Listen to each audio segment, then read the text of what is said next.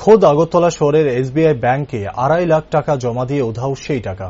পুলিশের দ্বারস্থ ব্যবসায়ী নবেন্দু সাহা। সাংবাদিকদের মুখোমুখি হয়ে ব্যবসায়ী নবেন্দু সাহা বলেন, প্রায় 2 বছর আগে ওনার ভাই মঠ চৌমুহনী স্থিত এসবিআই এর এমবিবি ব্রাঞ্চে 2.5 লক্ষ টাকা ফিক্সড ডিপোজিট করেছিল। সেই লক্ষ্যে প্রত্যেক মাসে 1058 টাকা করে ইন্টারেস্ট পেয়ে যাচ্ছিল ওনার ভাই। যেহেতু 2.5 লক্ষ টাকার ম্যাচুরিটি হয়ে যায়, ফলে এসবিআই ব্যাংক থেকে টাকা তুলতে গেলে দেখতে পায় তাদের টাকা উধাও হয়ে গেছে। তৎক্ষণাৎ ব্যবসায়ী নবেন্দু সাহা এবং তার ভাই ব্যাংক কর্তৃপক্ষকে জিজ্ঞেস করলে তারা জবাব দেয়, ইন্টারনেটের মাধ্যমে নাকি এই ফিক্সড ডিপোজিট টাকার বিরুদ্ধে লোন নেওয়া হয়েছে।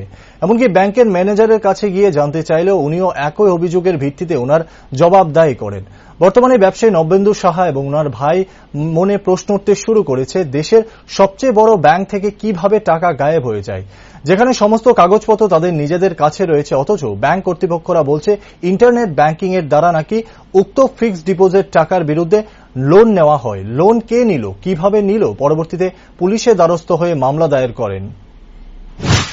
আমার ভাই মঠ চৌমুহনী স্থিত স্টেট ব্যাংক অফ ইন্ডিয়া এমবিবি ব্রাঞ্চে 2 বছর আগে 22/7/2021 একটা ফিক্সড ডিপোজিট করা হয়েছিল। এটাতে 2.5 লক্ষ টাকা রাখা হয়েছিল। এটার বিনিময়ে আমরা প্রত্যেক মাসে 1058 টাকা করে ইন্টারেস্ট পেয়ে গেছি। তো ইন্টারেস্ট যেহেতু পেয়ে গেছি, এতে আমরা কোনো ডাউটের কোনো ব্যাপার নাই। যেহেতু যখন এটা ম্যাচুরিটি হয়েছে তখন আমরা টাকা আনতে গেছি। ফার্দার নেক্সট পরিকল্পনা ছিল যে ভাই অন্য কিছু করবো বা ফিক্সড করবো। টাকা আনতে গিয়ে সেটা কইতেছে যে এটার এগেইনস্টে নাকি একটা লোন নেওয়া হয়েছে। আর এই লোন নেওয়া হয়েছে কাগজপত্র, আমার বাড়িতে লোন কিভাবে নেওয়া হয় তো কইতেছে এটা নাকি ইন্টারনেটের মাধ্যমে। এটা তো আর আমার বড় ভাই এইসব ব্যাপারে একটু অভিজ্ঞতা কম, ইন্টারনেট ব্যাংকে হ্যাঁ এসব করেও না, জানেও না। তো আমি ফেস করলাম, এটা হইতেই পারে না। তারা কইতেছে না, এটা হয়েছে। তো এরপর দেশে তারার মতো কথা কইছে। তারপরে আমি আমার থানার দ্বারস্থ হইলাম। থানা গিয়ে থানা বড় নিয়ে এসে আমি ব্যাংকে গেলাম, স্যারের সাথে কথা কইলাম। তো তারা আমার কিছু প্রসিডিউর দেখাইলো, টাকাটা কেমনে কিভাবে কইতে কি গেছে।